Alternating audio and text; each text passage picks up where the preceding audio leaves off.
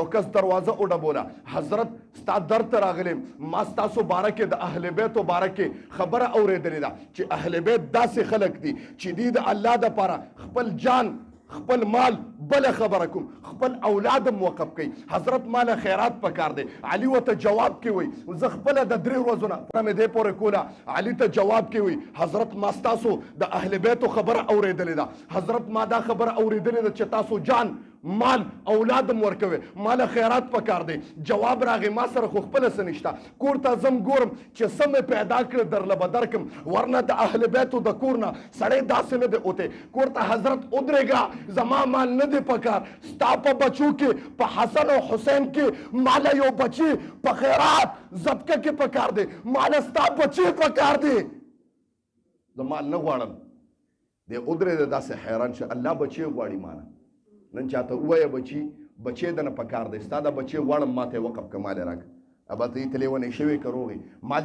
مال غواړې مال به دله درکم بل څه باندې لاس کېده تلیونی شوې چې اولاد غواړې وی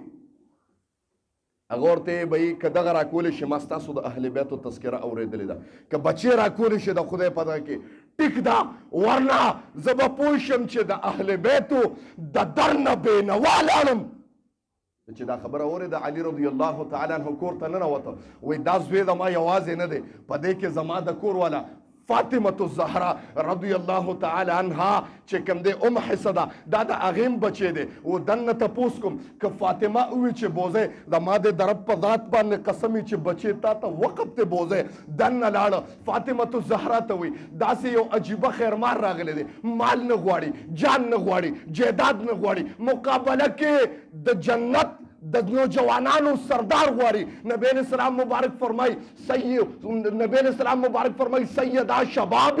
اهل الجنه راغلی دی د جنت د نوجوانانو سرداران حسن او حسین دی غواړي وی فاطمه الزهرا لږ ساعت غلی شوه جواب کې ورته وی ښه چې د الله په نوم یې غوښتی دی دا د الله مال دی الله مال راکړی دی وی زه مور یم هر یو مور دا نه غواړي چې بچې ته جدا شي قسم دی د خدای په ذات قسم خورم زه د الله په نام مې وقف کړی دی بویې زه زما محترم اوس هم ستاسو سبحان الله نوځي دون الله دې ما ټول شوق سره سبحان الله ووایي وایي رابار شو حسن یې ولې د مټ نه نیولی دی ما وی عام ماشوم یې نه یې نیولی د جنت د نوجوانانو سردار یې د مټ نه نیولی دی او داسې ماشوم عام ماشوم یې نه نیولی داسې ماشوم یې نیولی دی چې نبوت والا اوږو باندې سورلي کړی د زما محترمو تاسو ته په پته چې حسن او حسین رضی الله تعالی عنهما د نبی علیه الصلاة والسلام مبارک اکثر به په اوږو باندې ناستو نبوت والا اوږو باندې چکرې والی دي او ما وی د جنت سرداران دي زما محترمو بچې ورته ونیو هغه ورته جواب کې وایي زما نه دی پکار ما صرف امتحان اخیسته چې تاسو ریشانه خدای تاسو د خدای دپاره اولاد ورکولی شئ که نه وایي ما د مال اورېدلی ما د جیداد اورېدلی ما د نفس اورېدلی ما د جان اورېدلی لیکن د اولاد خبره مې نه ده اورېدلې نن ما په خپلو سترګو باندې ولیدل چې اهل بیت و د نبی علیه السلام مبارک اهل پته ولګېده چې د خدای دپاره خپل وجودونه څه کې خپل اولاد یې موقف کړی دی زما محترم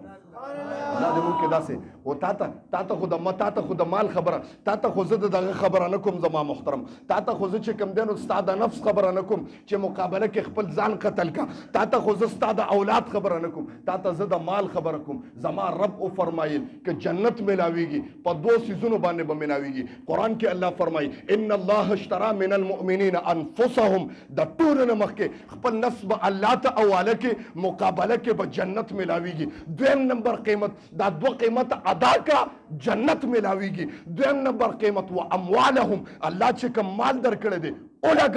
ولګوه بنداس ولګوه د خدای په ذات یې ولګوه په مساجد ولګوه په مراکزو ولګوه په علما ولګوه په الله والا ولګوه په تبلیغیانو ولګوه زما پیغمبر او فرمایي ویا ولا یاکل طعامک الا تقي ستا مال دی اونخوري مگر الله والا خلق او دا الله والا چې ستا مال اخوري او دا الله والا ستا مال د دې حساب ستا د مال حساب دی د پاره وګرځيږي گویا دا ته الله والا نو د ورکړه ډایرکټ دی الله له ورکړه دا د قیامت پر اخیره جمله وي د قیامت پر اخیره جمله طالب له د کتاب واغسته مولوی صاحب سره د اخلاص وکړه په تبلیغ مرکز کې مسجد کې د امداد وکړه دا ته ډایرکټ د الله خزانه ته ورواچولا او چې د ورواچولا تا هیڅ نشته د قیامت پر الله ته ودرېګا ربا